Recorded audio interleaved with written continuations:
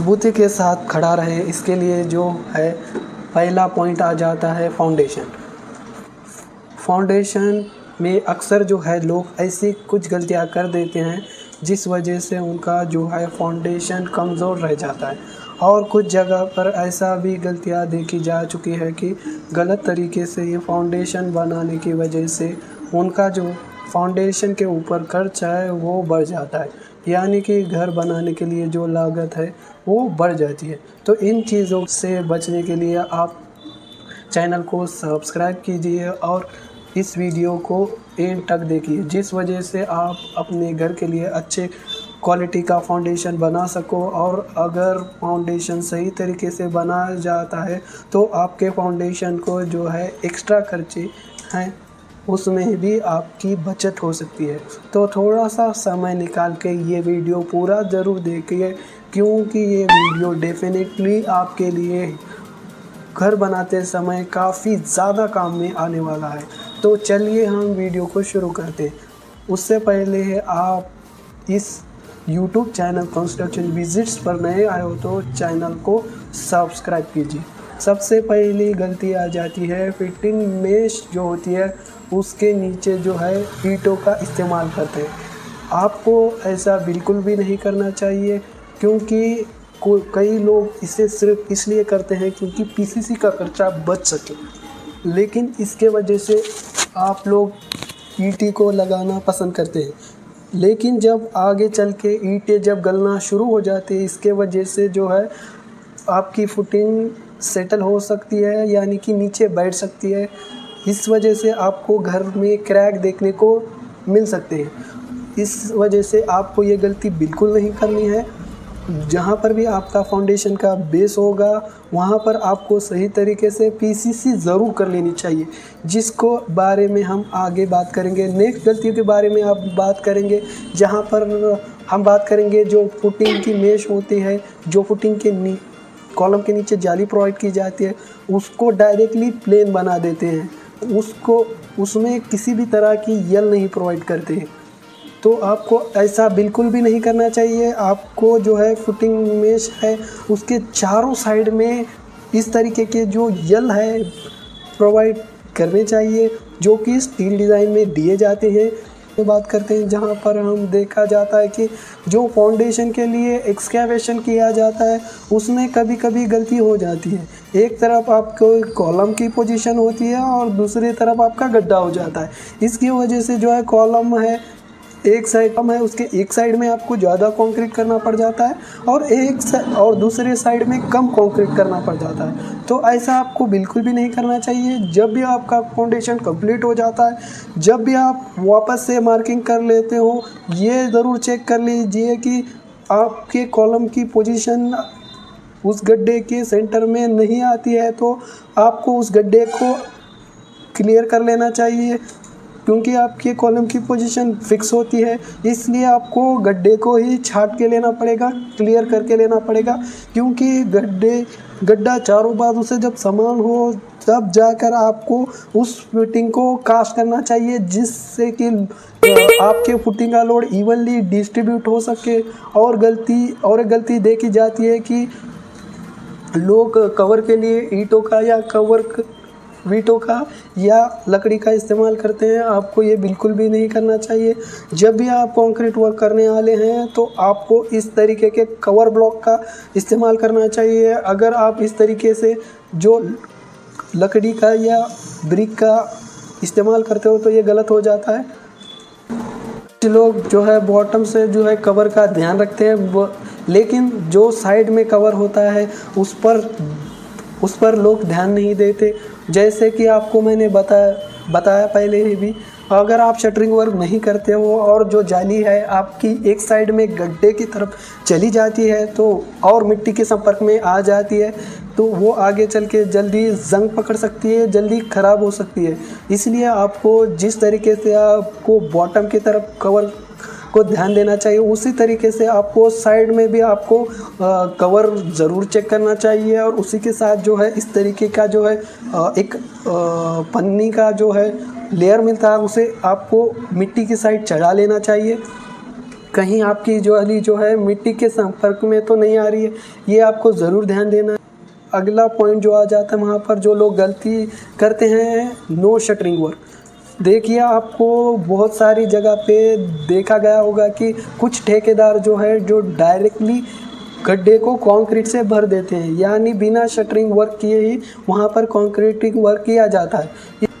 इस वजह से कुछ लोगों का फ़ायदा भी होता है कि उनका शटरिंग वर्क का जो कॉस्ट है वो बच जाता है और साथ में लेबर जो लगने वाला है उसका भी कॉस्ट बच जाता है। बट ऐसी जो चीज़ों की वजह से आपका बहुत बड़ा नुकसान हो जाता है, जहाँ पर आपको जितना सीमेंट लगने वाला था उससे भी 2 गुना सीमेंट आपको उस फाउंडेशन को लग जाता है। सिर्फ सीमेंट ही नहीं, कंक्रीट बनाने के लिए जो हम गिट्टी और जो फाइन एग्रीगेट है उसका इस्तेमाल करते हैं, उनका भी इस्तेमाल बढ़ जाता है, जो आपके जेब पे जो फ़र्क पड़ता है जबकि यह आपकी जेब पर भारी पड़ता है। चाहे आपकी बॉक्स फुटिंग हो, ट्रैपेज़ॉइडल फुटिंग हो या इसेंट्रिक फुटिंग हो, ये कौन सी भी फुटिंग हो, आपको ज़रूरी होता है शटरिंग वर्क करना। जैसे कि आप अगले वीडियो में देख सकते हो, यहाँ पर जो फिटिंग मेश है वहाँ पर साइड में प्लाई लगाई दी जाती है, जिस वजह से है जो है प्रॉपर शेप के साथ, सही कवर के साथ आपके फुटिंग को काट किया जाता है। जब भी हम फुटिंग के लिए गड्ढा लेते हैं वहाँ पर उसका जो साइज़ जो है फुटिंग से बड़ा होता है, क्योंकि हमें साइड में थोड़ा सा मार्जिन चाहिए होता है शटरिंग वर्क लगाने के लिए।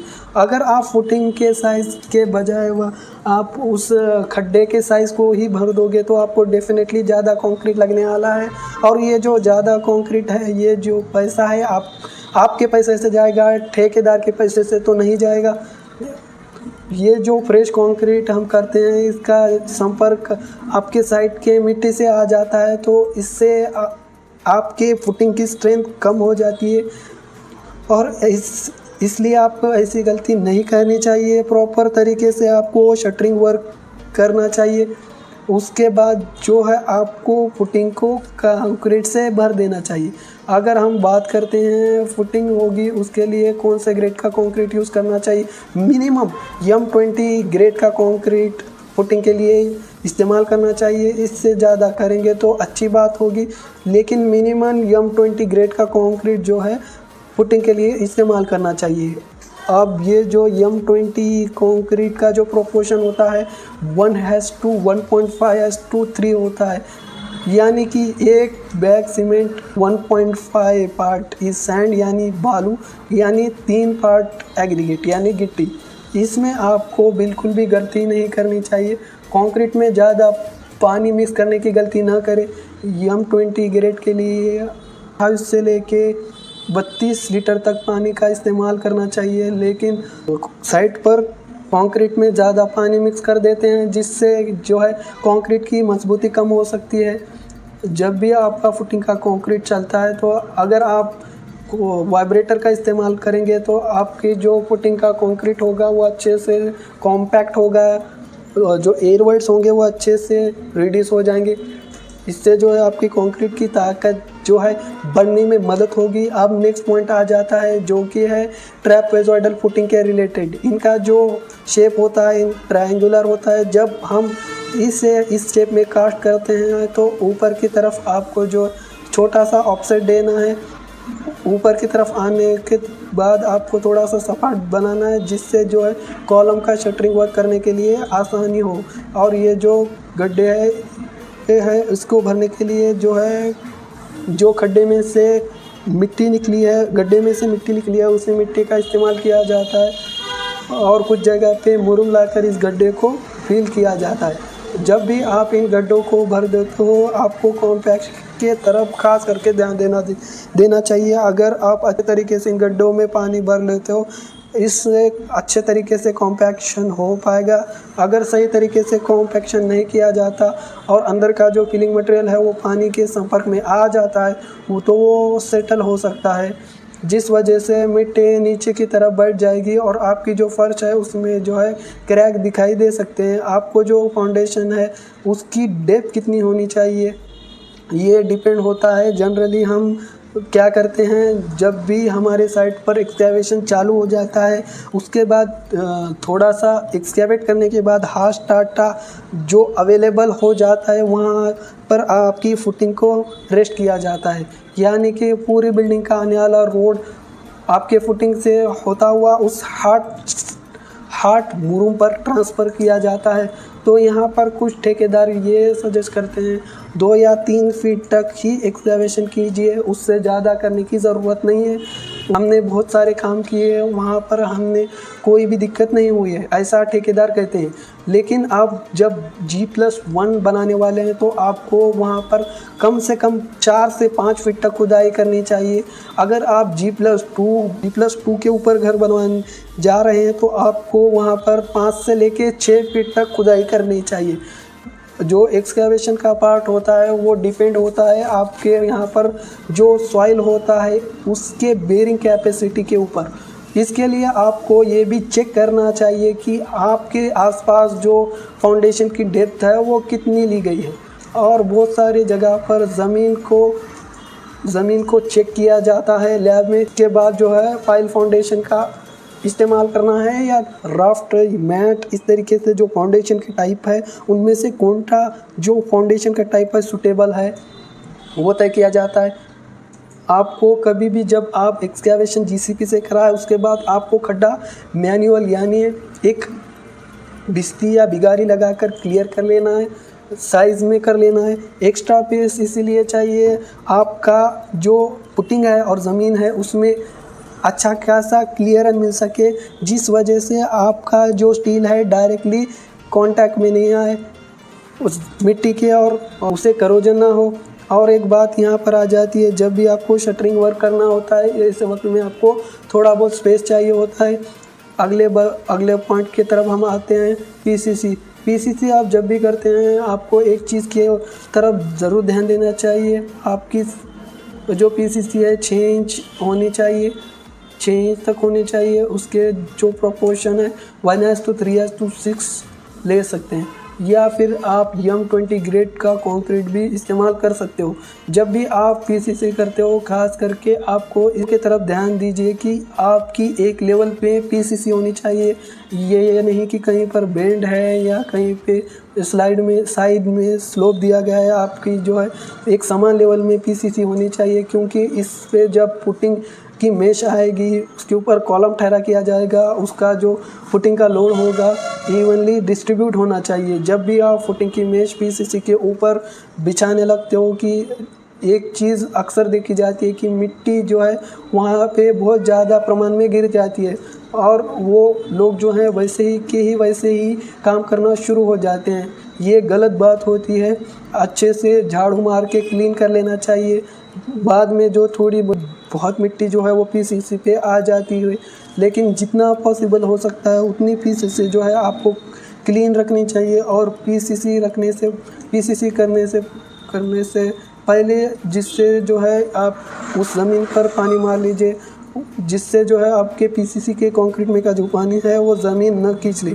आप बात कर लेते हैं ये जो पुटिंग मेश है इसके लिए जो है आपको कितने mm के स्टील का इस्तेमाल करना चाहिए। इसके लिए आपको जो है 10 mm से लेके 12 mm तक स्टील का इस्तेमाल करना चाहिए। ये ज़रूर ध्यान में रखिए कि फुटिंग मेश के अंदर जो है 10 mm से कम का जो लिया है यूज़ नहीं करना चाहिए। जो फुटिंग मेश के जो बार हैं उनके दोनों के बीच में 6 इंच का डिफरेंस होना चाहिए, जिससे जो है हम सेंटर टू सेंटर डिस्टेंस कहते हैं। जैसा कि आप अगले वीडियो में देख सकते हैं, इस तरीके के जो यल है आपको ज़रूर प्रोवाइड करने चाहिए आपके फुटिंग मेश में।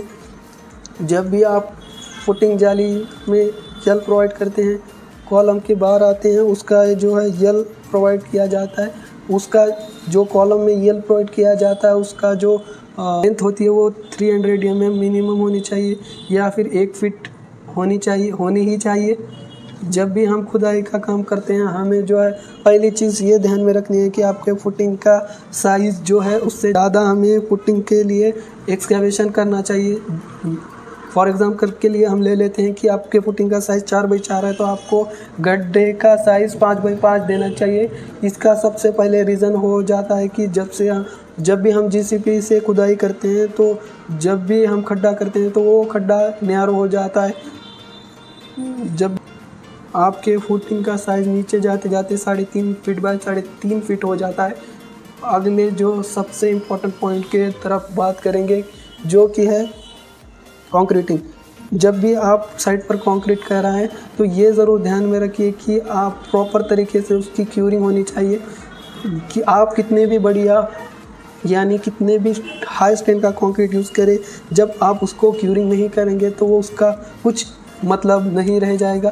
तो आपको जो है फुटिंग के क्यूरिंग पर बहुत ही ध्यान देना चाहिए और कम से कम 7 से लेकर 10 दिन तक क्यूरिंग करनी चाहिए फुटिंग को। उससे ज़्यादा देंगे तो अच्छी बात होती है। जब भी आप गड्ढे को ढक देते हैं, उसको बाद आप ऊपर से भी पानी मार सकते हैं। ज़मीन से पानी झिड़क कर फुटिंग को मिलता रहेगा। इस वजह से आप इस चीज़ की तरफ ध्यान दीजिए कि गड्ढे करने के बाद आपको जो है डायरेक्टली पानी बंद कर देना है। कम से कम आपको 7 से लेके 10 दिन तक आपके फुटिंग को जो है पानी देना है। ये जो है महत्वपूर्ण पॉइंट है, जो है आपको ध्यान रखने हैं जब भी आप फुटिंग का कंक्रीटिंग कराते हैं। तो आशा करता हूँ कि आपको ये वीडियो अच्छी लगी होगी। आपको इस वीडियो को कुछ अगर आपको कुछ सवाल पूछने हैं तो आप मुझे कमेंट सेक्शन में बता सकते हैं। और हम इस वीडियो पे लाइक रखते हैं 500। अगर चाहते हो कि आपके घर का